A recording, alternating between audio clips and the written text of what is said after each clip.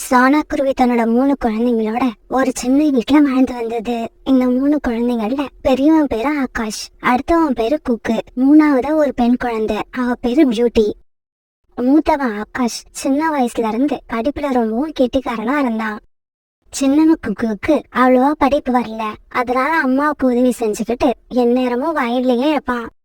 பெரியவன் ஆகாஷ் நல்லா படிச்சதால சோனா குருவியான வெளிநாட்டுக்கு அனுப்பி படிக்க வச்சது. அம்மா, அண்ணன் இப்ப வெளிநாடு போயிருக்கான். படிச்சு முடிச்சு அண்ணனுக்கு வேலை கிடைச்ச உடனே நம்மளோட வாழ்க்கை ரொம்பவும் சந்தோஷமா மாறிடும்ல. ஆமா பியூட்டி, நாம இது வரைக்கும் பட்ட கஷ்டம் எல்லாம் போற இடம் தெரியாம போயிடும். ஆகாஷ் அப்ராடுக்கு படிக்க போனதை நினைச்சு அவங்க குடும்பத்துல உள்ள 3 பேரும் இப்படியெல்லாம் நினைச்சு ரொம்ப சந்தோஷப்பட்டாங்க. காலங்கள் ரொம்ப வேகமா ஓடுச்சு. ஆகாஷ் வெளிநாட்டுல தன்னுடைய படிப்பு முடிச்சுட்டு வேலை தேடிக்கிட்டு இருந்தான். ஒரு நாள் சோனா குருவியும் குக்குவும் வயல்ல வேலை செஞ்சுக்கிட்டு இருந்தாங்க. குக்கு, நீயும் நல்லா படிச்சிருந்தனா ஏதாவது நல்ல வேலைக்கு போயிருப்ப. ஆனா நீ சரியா படிக்காம இந்த வெயில்ல என் கூட வயல்ல வேலை பார்த்து கஷ்டப்படுற. அம்மா, நான் இந்த வயல் வேலைய கஷ்டப்பட்டு பாக்குறேன்னு நினைக்கிறீங்களா? இல்லம்மா, நான் சந்தோஷமா இந்த வேலைய பாக்குறேன். அதுக்கு காரணம் என்ன தெரியுமா? எங்க அம்மாவுக்கு நான் உதவி செய்யறேன்னு நினைக்கிறப்ப எனக்குள்ள ஒரு தனி சந்தோஷம் வருது. இவங்க இப்படி பேசிக்கிட்டு இருக்கும் போது வெளிநாட்டுல இருந்து வந்த ஒரு பறவை சோனா குருவிய பார்க்க வந்தது. வாங்கண்ணா, நீங்க வெளிநாட்டுல இருந்து எப்ப வந்தீங்க? என் பையனை பாத்தீங்களா? ஆகாஷ் நல்லா இருக்கானா? சோனா, உன் பையனை 2 நாளைக்கு முன்னாடி தான் பார்த்தேன். அவனுக்கு இப்ப வெளிநாட்டிலேயே வேலை கிடைக்கிற மாதிரி இருக்கு. ஆனா வேலை கிடைக்கணும்னா 50,000 ரூபாய் பணம் டெபாசிட் பண்ண சொல்றாங்க. அந்த பணத்தை சீக்கிரமா ரெடி பண்ணி உன் பையனோட அக்கௌண்ட்டுக்கு அனுப்பி விடு. உன் பையன் இததான் உன்கிட்ட சொல்ல சொன்னான். சரி, எனக்கு கொஞ்சம் வேலை இருக்கு, நான் கிளம்புறேன். இப்படி சொன்ன அந்த பறவை பிறகு அங்க இருந்து பறந்து போயிடுச்சு. அந்த பறவை சொன்னதை கேட்டதும் குக்குக்கு ரொம்ப சந்தோஷமா இருந்தது. ஆனா அவங்க அம்மா சோனா குருவியோட முகம் ரொம்ப கவலையா இருந்தது. அம்மா, ஏம்மா கவலைப்படுறீங்க? இந்த நாளுக்காகத்தானே இத்தனை வருஷமா காத்துக்கிட்டு இருந்தோம். அண்ணனுக்கு வேலை கிடைக்க போற சமயத்துல நீங்க ஏன் வருத்தமா இருக்கீங்க? குக்கு, ஆகாஷ்க்கு வேலை கிடைக்க 50,000 ரூபாய் பணம் கட்டணும். இப்ப நம்ம கிட்ட 10,000 ரூபாய் தான் இருக்கு. மீதி 40,000 ரூபாய்க்கு என்ன பண்றது? இப்படி சொன்ன சோனா குருவி பிறகு குக்குவை கூட்டுக்கிட்டு ஜமீன்தார் காலுக்காக வீட்டுக்கு பறந்து போச்சு. சோனா, பணம் கொடுக்கறது வாங்கறது இது எல்லாத்தையும் இப்பெல்லாம் என் மனைவி கோரி தான் பாத்துக்கிறா. இங்க பாரு சோனா, வேற யாரு வந்து பணம் கேட்டாலும் நான் இல்லன்னு தான் சொல்லுவேன். உன் பையனுக்கு நான் கொடுக்கற பணத்தால வேலை கிடைக்க போகுது. அதனால உனக்கு நீ கேட்ட பணத்தை கொடுக்கலாம்னு முடிவு பண்ணிட்டேன். ஆனா பாரு, வட்டி விஷயத்துல நான் ரொம்ப கரெக்டா இருப்பேன்.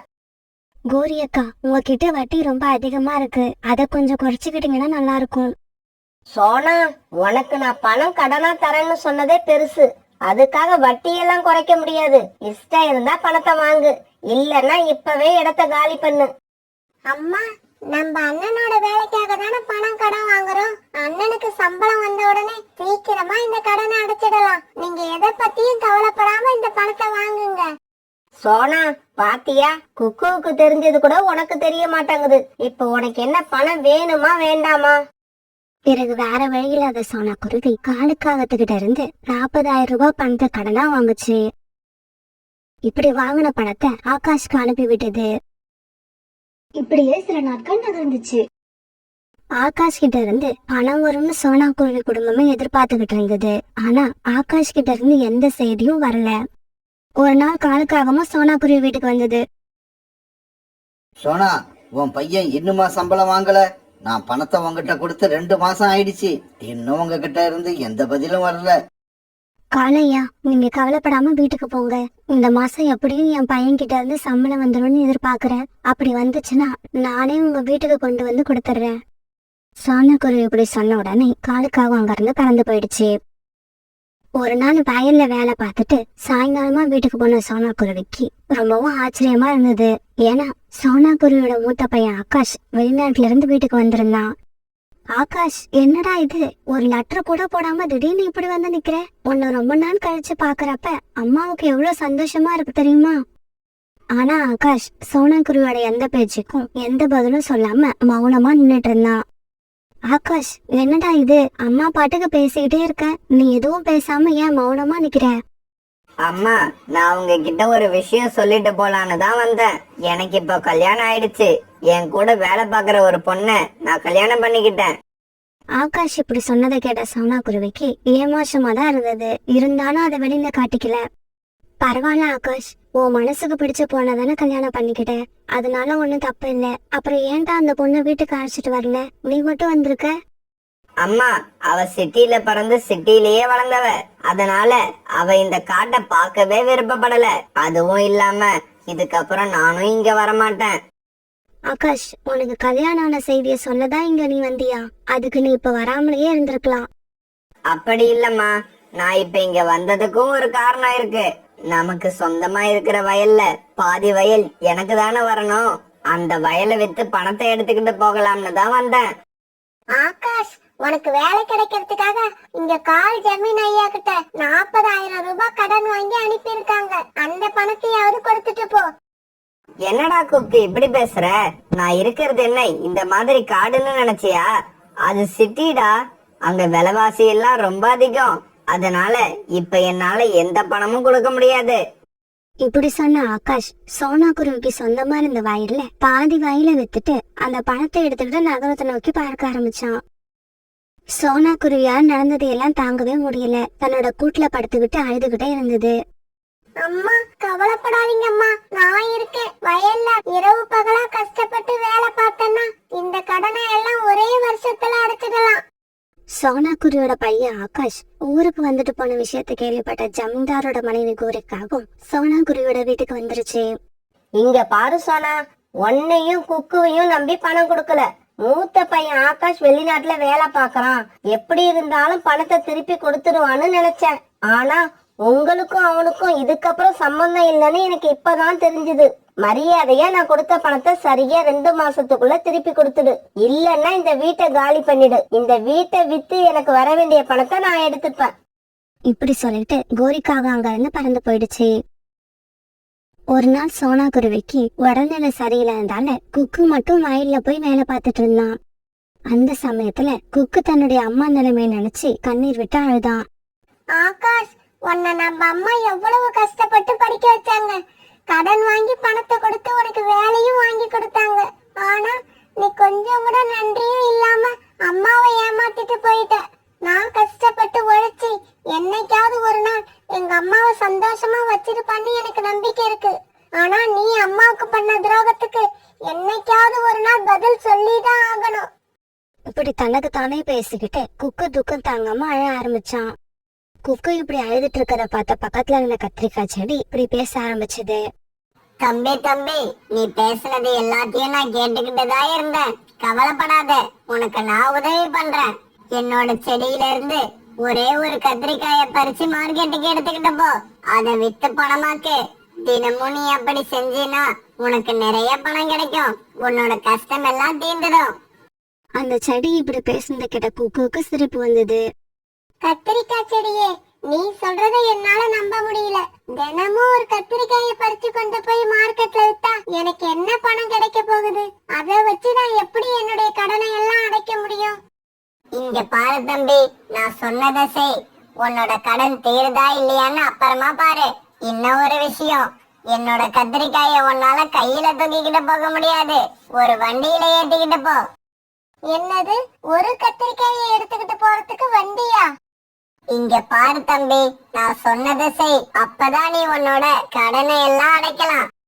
பிறகு குக்கு அந்த கத்திரிக்காய் செடி சொன்ன மாதிரியே ஒரு வண்டி எடுத்துட்டு வந்து அதுல ஒரு கத்திரிக்காய பறிச்சு வச்சு தந்துகிட்டு போக ஆரம்பிச்சது. என்ன ஆச்சரியம், குக்கு அந்த வண்டியை தந்துகிட்டு மார்க்கெட்டுக்கு போய் சேரும் போது அந்த கத்திரிக்காய் ரொம்ப ரொம்ப பெரிய கத்திரிக்காயா மாறி இருந்தது.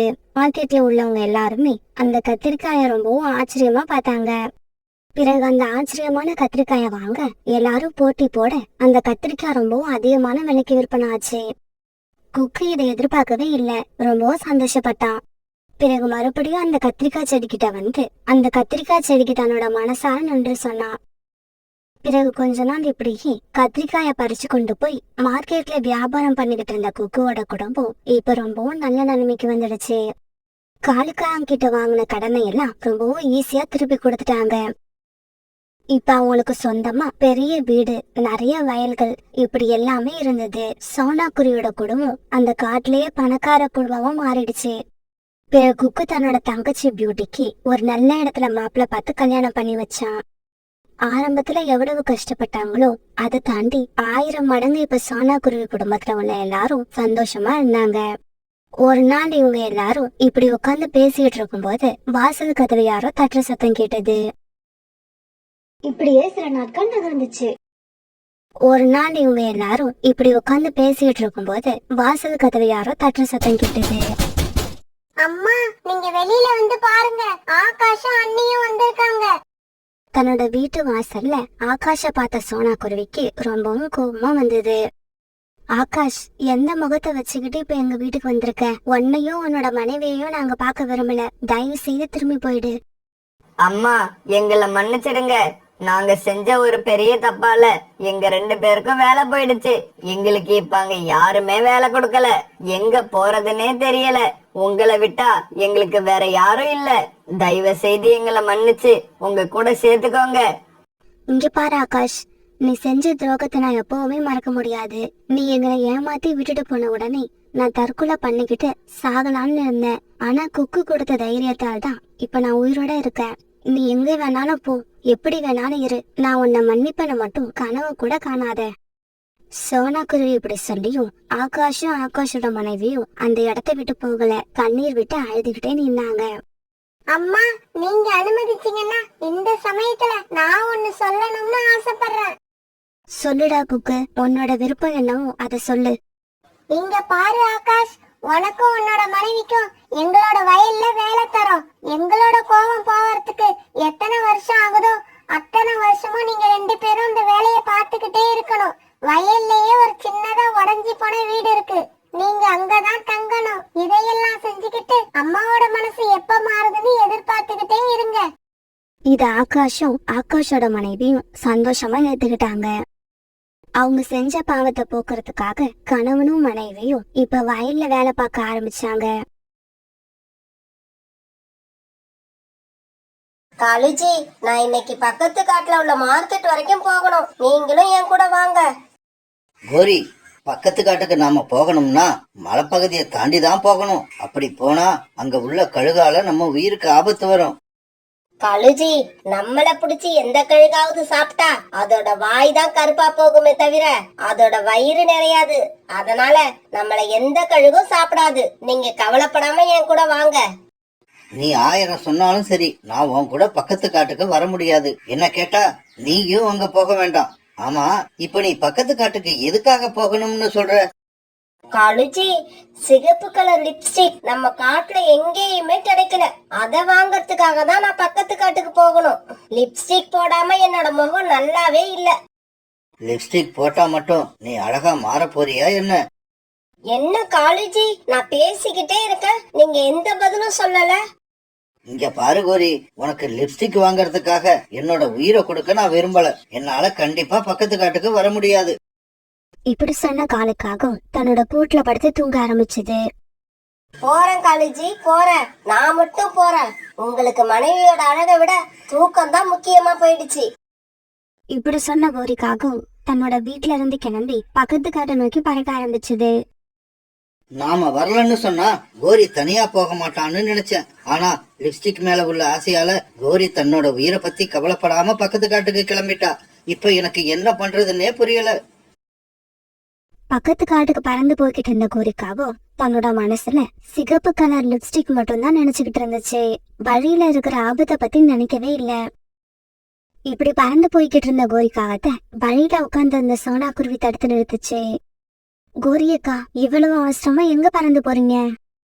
சோனா, என்கிட்ட சிகப்பு கடை லிப்ஸ்டிக் தீர்ந்து போயிடுச்சு. அத வாங்கதான் பக்கத்து காடு வரைக்கும் போய்கிட்டு இருக்கேன். கோரியக்கா, தயவு செய்து பக்கத்து காட்டுக்கு போகாதீங்க, வீட்டுக்கு திரும்பி போயிடுங்க. பக்கத்து காட்டுக்கு போற வழியில கழுகு கூட்டம் வசிக்கிறத மறந்துட்டீங்களா? இங்க பாரு சோனா, நான் ஒன்ன மாதிரி எல்லாம் கழுகு கிட்ட மாட்டிக்க மாட்டேன். அது கண்ணுல படாம எப்படி தப்பிச்சு போகணும்னு எனக்கு தெரியும். நீ உன்னோட வேலைய பாத்துக்கிட்டு போ. இப்படி சொன்ன கோரி பிறகு மறுபடியும் தன்னோட வழியில பறந்து போச்சு. காலுக்காக இப்ப வீட்டுல இருந்தாலும் அதோட நினப்பு எல்லாம் கோரிக்காகத்து மேலேயே இருந்தது. இதுக்கு அப்புறமும் நாம இப்படியே வீட்டுல உட்கார்ந்து இருந்தா சரியா வராது. இப்படி வீட்டுல உட்கார்ந்து கோரிய நினைச்சுக்கிட்டு இருக்கிறதுக்கு பேசாம நாமளும் கோரி பின்னாலேயே பறந்து போகலாம். இப்படி நினைச்ச காலுக்காகவும் பிறகு கோரிக்காகத்தை தேடிக்கிட்டு அது பின்னாலேயே போச்சு. நேர்வழியில போனாதான் நம்ம கழுகு கிட்ட மாட்டுவோம். வடக்கு பக்கமா சுத்திக்கிட்டு போனா அங்க கழுகு கண்டிப்பா இருக்காது. இப்படி நினைச்ச கோரிக்காகவும் வடக்கு பக்கமா பறந்து போக ஆரம்பிச்சது. எல்லா பறவைகளும் அவங்கதான் புத்திசாலின்னு நினைச்சுக்கிட்டு வடக்கு பக்கமா சுத்திக்கிட்டு வராங்கன்னு கேள்விப்பட்டேன். அதனாலதான் நானும் இன்னைக்கு இந்த பக்கம் வந்து உட்கார்ந்துட்டேன். என்கிட்ட இருந்து இப்ப எந்த பறவையும் தப்ப முடியாது. கழுகு உட்கார்ந்துருக்க விஷயம் தெரியாம வடக்கு பக்கமா பறந்து வந்த கோரிக்காகவும் கழுகு கிட்ட ஈஸியா மாட்டிக்கிச்சு. நீங்களா? நீங்க ஏன் இந்த பக்கம் வந்தீங்க? நீங்க எல்லாரும் நேர் வழியில வராம சுத்து வழியில பறந்து போறப்ப நான் மட்டும் அங்கேயே உட்கார்ந்து என்ன பண்ண போறேன்? அதனாலதான் இன்னைக்கு இந்த பக்கம் வந்துட்டேன். ஆமா, நீ என்ன விஷயமா இந்த பக்கம் பறந்து வந்த? வந்து வந்து எனக்கு ரொம்ப பசிக்குது, அதனால உணவு தேடத்துக்காக பறந்து வந்தேன்.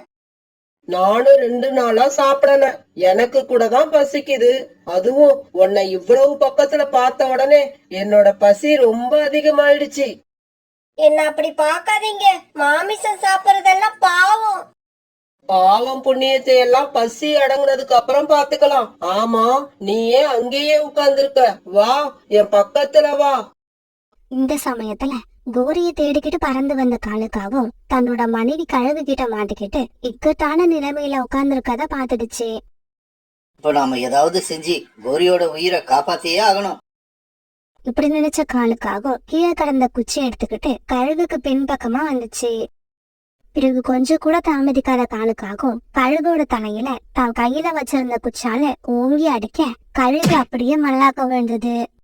கோரி, சீக்கிரமா இந்த இடத்த விட்டு பறந்து போயிடு. பிறகு காலுக்காகவும் கோரிக்காகவும் உயிரை கையில பிடிச்சுக்கிட்டு தங்களுடைய வீட்டுக்கு திரும்பி வந்தாங்க. தங்கச்சி தங்கச்சி, எனக்கு ரொம்ப அவமானமா போயிடுச்சு. அண்ணா, உங்களுக்கு என்னாச்சு? உங்க நெத்தியில என்ன காயம்? உடனே அந்த கழுகு நடந்த எல்லாத்தையும் தன்னோட தங்கச்சி கிட்ட சொன்னுச்சு. அண்ணா, கவலைப்படாதீங்க. உங்களுக்கு ஏற்பட்ட அவமானம் எனக்கு ஏற்பட்ட அவமானம் மாதிரி. உங்களை அடிச்ச பறவைய மட்டும் பழி வாங்கினா பத்தாது, இந்த காட்டுல உள்ள எல்லா பறவைகளையும் ஒரே நேரத்துல நம்ம இடத்துக்கு கொண்டு வந்து அவங்கள கொண்டு நம்ம பழிய தீர்த்துப்போம். பிறகு கழுகக்கா ஒரு கூட நிறைய மல்லிகைப்பூ எடுத்துக்கிட்டு பறவைகள் இருக்கிற இடத்துக்கு போச்சு. பூ வாங்குங்கம்மா, பூ பூ வாங்குங்கம்மா, பூ மல்லிகை பூ, ரோஜா பூ, கனகாம்பரம் பூ. இப்படி பூ வியாபாரம் பண்ண போன கழுகாக்கா ஒரு இடத்துல உட்கார்ந்து இருந்த ராணிபுறா கிட்ட போச்சு. கழுகாக்காவை பார்த்த உடனே ராணிபுறா பயந்துடுச்சு. பயப்படாதம்மா, என்ன பார்த்து பயப்படாத. நான் மத்த கழுகுகள் மாதிரி கிடையாது. மாமிசம் சாப்பிடறத விட்டு ரொம்ப நாள் ஆகுது. அதனாலதான் நேர்மையான முறையில வாழ ஆசைப்பட்டு பூ வியாபாரத்தை ஆரம்பிச்சிருக்க. இந்தாமா, இந்த பூவை உன் தலையில வச்சுக்க. கழுகு இப்படி பேசினதை நம்பி ராணிபுறாவும் அந்த பூவை வாங்கி தன்னோட தலையில வச்சுக்கிச்சு. கழுகு கூட இப்படி ராணிபுறா உட்கார்ந்து இருக்கத பார்த்துட்டு நிறைய பறவைகள் அங்க வந்தாங்க. அழகக்கா, உங்களை நம்பலாமா? நீங்க எங்களை கொண்டு தின்னுட மாட்டீங்கல்ல? இன்னுமா நீங்க என்ன நம்பல? மாமிசம் சாப்பிட ஆசை இருந்துச்சுன்னா நான் ஏன் இப்படி தலையில பூக்குடைய தூக்கிக்கிட்டு இந்த காட்டை சுத்தி வரணும்? பிறகு கழுகாக்கா எல்லா பறவைகளுக்கும் கொஞ்சம் பூவை இனாமா கொடுக்க எல்லாரும் அதை வாங்கி தலையில வச்சுக்கிட்டாங்க. இங்க பாருங்க, இன்னைக்கு முதல் நாள், அதனாலதான் நான் பூவை இனாமா கொடுக்கறேன். நாளையில இருந்து காசு கொடுத்துதான் பூ வாங்கிக்கணும். கழுகக்கா, நேத்து நான் பக்கத்து காட்டுக்கு போய்கிட்டு இருக்கிறப்ப ஒரு கழுகு என்ன பிடிச்சி கொன்னு திங்க பார்த்தது. நல்ல வேலையா என் கணவர் வந்து என்ன காப்பாத்திட்டாரு. ஓஹோ, என்னோட அண்ணனை அடிச்சு காயப்படுத்தியது நீயும் உன்னுடைய கணவனும் தானா? அப்படியா? அந்த கழுகு ரொம்ப பொல்லாத கழுகு. கவலைப்படாதீங்க, இதுக்கு அப்புறம் உங்களுக்கு எந்த ஆபத்தும் ஏற்படாம நான் பாதுகாக்கிறேன். இவங்க இப்படி கழுகு கிட்ட பேசுறது எல்லாம் சோனா குருவி ஒரு மரத்துக்கும் பின்னால மறைஞ்சு நின்னு பாத்துக்கிட்டு இருந்தது. பிறகு கொஞ்ச நேரம் கழிச்சு கழுகு அந்த இடத்த விட்டு பறந்து போனதுக்கு அப்புறம் சோனா குருவி அங்க வந்தது. இங்க பாருங்க, இந்த கழுகு சொல்றதை என்னால நம்ப முடியல. அது கூட பழக்க வழக்கம் வச்சுக்காதீங்க, அது ரொம்ப ஆபத்து. சோனா, இந்த கழுகு ரொம்ப நல்ல கழுகு. இந்த கழுகால நமக்கு ஒன்னும் ஆபத்து கிடையாது. இங்க பாரு, நாங்க தலையில வச்சிருக்க பூவெல்லாம் அந்த கழுகு எங்களுக்கு எனாமா கொடுத்தது. அண்ணா கவலைப்படாதீங்க, அந்த பறவைகளுக்கு நான் வலைய விரிச்சிட்டேன். நாளைக்கே எல்லா பறவைகளையும் அந்த வலையில சிக்க வைக்கிறேன். மறுநாள் அந்த கழுகு பூக்குடையை எடுத்துக்கிட்டு சோனா குருவி வீட்டுக்கு போச்சு. வீட்ல யாருமா இருக்கீங்க? கொஞ்சம் வெளியில வாங்க. கழுகுக்கா, எனக்கு நீங்க கொடுக்கற பூ வேண்டாம். எனக்கு உங்க மேல நம்பிக்கை இல்ல. நீங்க மற்ற பறவைகளை ஏமாத்தலாம், ஆனா என்ன ஏமாத்த முடியாது. சோனா குருவி இப்படி சொன்னதால ஏமாந்து போன கழுகு பிறகு பூக்குடைய தூக்கிக்கிட்டு கோரிக்காகம் வீட்டுக்கு போச்சு. இப்படி போன கழுகு கிட்ட கோரிக்காகம் பூ வாங்கி வச்சுக்கிச்சு. இங்க பாரு கோரி, என் வீட்ல நிறைய காஸ்மெட்டிக் ஐட்டம் வர வச்சிருக்கிறேன். உன்னோட தோழிகளை அழைச்சுக்கிட்டு என்னோட வீட்டுக்கு வந்துரு. நீ இப்படி செஞ்சின்னா உனக்கு ஒரு லிப்ஸ்டிக்க ஃப்ரீயா கொடுப்ப. இப்படி சொல்லிட்டு கழுகக்கா அங்க இருந்து பறந்து போயிடுச்சு. அண்ணா, நம்ம கிட்ட இருக்கிற கத்திய நல்லா கூர்மையாக்கி வச்சுக்க. அப்புறம் அடுப்பு எரிக்க தேவையான விறகுகளையும் சேர்த்து வச்சிரு. நாளைக்கு நமக்கு சரியான விருந்து இருக்கு. மறுநாள் காலையில ராணிபுரா, சோனா குருவி, ரீட்டா கிளி இவங்க 3 பேரும் ஒரு இடத்துல உட்காந்து பேசிக்கிட்டு இருந்தாங்க. அப்ப அந்த இடத்துக்கு வந்த கோரிக்காகும் அவங்க எல்லாரும் கழுகக்கா வீட்டுக்கு கூப்பிட்டுச்சு. ஆமா, கழுகக்கா வீட்ல நிறைய காஸ்மெட்டிக் ஐட்டம் வச்சிருக்கான். சீக்கிரமா வந்தீங்கன்னா நமக்கு தேவையானது செலக்ட் பண்ணி வாங்கிட்டு வரலாம். கோரிக்காக சொன்னதை கேட்ட ரீட்டா கிளி, ராணிபுரா மனசுலயும் மேக்கப் பண்ற பொருட்களை வாங்குறதுக்கு ஆசை வந்துருச்சு. சோனா குருவி அவங்க எல்லாரும் எவ்வளவோ தடுத்து நிறுத்த முயற்சி பண்ணி பார்த்தது. இங்க பாருங்க, என் பேச்சை கேளுங்க. தயவு செய்து கழுகக்கா வீட்டுக்கு நீங்க போக வேண்டாம். அதுல ஏதோ சூழ்ச்சி இருக்குன்னு நினைக்கிறேன். ஆனா அவங்க 3 பேரும் சோனா குருவியோட பேச்சை கேட்காம கழுகக்காவோட வீட்டை நோக்கி பறந்து போனாங்க. கழுகக்கா, இதுவா உங்க வீடு? பார்க்க ரொம்பவும் அழகா இருக்கு. ஆமா, எனக்கு கொடுக்கறதா சொன்ன லிப்ஸ்டிக்கை எங்க வச்சிருக்கீங்க? கோரி, நீ ஏன் அவசரப்படுற? எல்லா பொருளும் இந்த வீட்டுக்குள்ளதான் இருக்கு. சீக்கிரமா உள்ள போங்க. கழுகக்கா இப்படி சொன்னதும் இவங்க 3 பேரும் அந்த வீட்டுக்குள்ள போனாங்க. இவங்க இப்படி வீட்டுக்குள்ள போனதும் கழுகக்கா அந்த வீட்டு கதவை வெளிப்பக்கமா மூடி பூட்டு போட்டு போட்டுடுச்சு. வீட்டுக்குள்ள மாட்டிக்கிட்ட 3 பேரும் வெளியில வரத்துக்காக எவ்வளவு முயற்சி பண்ணினாங்க, ஆனா முடியல. கழுகக்கா, கழுகக்கா, எதுக்காக எங்களை உள்ள வச்சு கதவை வெளிப்பக்கமா சாத்திட்டீங்க? அண்ணா, அண்ணா, எங்க போயிட்டீங்க? சீக்கிரமா கத்தியை எடுத்துக்கிட்டு வாங்க. கழுகக்கா இப்படி சத்தம் போட்டதும் அந்த கழுகு அந்த இடத்துக்கு வந்தது. சீக்கிரமா வீட்டுக்குள்ள போங்க. வீட்டுக்குள்ள போய் முதல்ல அந்த கோரிக்காகத்தோட கழுத்தை வெட்டுங்க. இத கேட்டு வீட்டுக்குள்ள இருந்த கோரிக்காகும் பயந்து போய் கண்ணீர் விட ஆரம்பிச்சது. சோனா குருவி அப்பவே சொல்லுச்சு, இந்த கழுகை நம்ப கூடாதுன்னு. இந்த கோரி பேச்ச கேட்டதால நாமளும் இப்ப ஆபத்துல மாட்டிக்கிட்டோம். இதே சமயம் கழுகுக்கா மேல சந்தேகப்பட்ட சோனா குருவி தன்னுடைய தோழிகளை காப்பாத்துறதுக்காக அவங்களோட கணவன்மார்களை கூப்பிட்டுக்கிட்டு கழுகக்கா வீட்டை நோக்கி வேகமா வந்துகிட்டு இருந்தது. இப்படி வந்த எல்லாருமா சேர்ந்து கழுகக்காவையும் கழுகக்காவோட அண்ணனையும் அவங்க வச்சிருந்த கம்பால கண்மூடித்தனமா அடிக்க ஆரம்பிச்சாங்க. இவங்க கிட்ட இப்படி அடி வாங்கின கழுகுகள் 2 பேரும் பிறகு ரத்த காயத்தோட அங்கிருந்து உயிர் தப்பிச்சு பறந்து போனாங்க. பிறகு சோனா குருவி வீட்டுக்குள்ள அடப்பட்டு கிடந்த கோரிக்காவும், ராணிபுரா, ரீட்டா கிளி இவங்க எல்லாரையும் வெளியில அழைச்சிட்டு வந்தது. காலுஜி, ஒரு நிமிஷம் இங்கேயே வெயிட் பண்ணுங்க. நான் வீட்டுக்குள்ள போய் சிகப்பு கலர் லிப்ஸ்டிக் எடுத்துக்கிட்டு வந்துடுறேன். இந்த நிலைமையிலும் கோரிக்காகம் லிப்ஸ்டிக் பத்தி பேசின உடனே காலுக்காகத்துக்கு பயங்கரமா கோபம் வந்து கோரிக்காகத்தை ஓங்கி ஒரு அறை விட்டது. காலுக்காகம் இப்படி அரைஞ்சதால கோரிக்காகத்தோட வாயில சிகப்பு கலர்ல ரத்தம் வந்தது. அத பார்க்க லிப்ஸ்டிக் போட்ட மாதிரியே இருந்தது. கோரியக்கா, இதுக்கப்புறம் நீங்க லிப்ஸ்டிக் வாங்க வேண்டிய தேவையே இல்ல. காலண்ணா உங்களுக்கு ஓசிலேயே லிப்ஸ்டிக் போட்டு விட்டுட்டாங்க. இதை கேட்டுட்டு அங்க இருந்த எல்லா பறவைகளும் கோரிக்காகத்தை பார்த்து சிரிக்க ஆரம்பிச்சாங்க.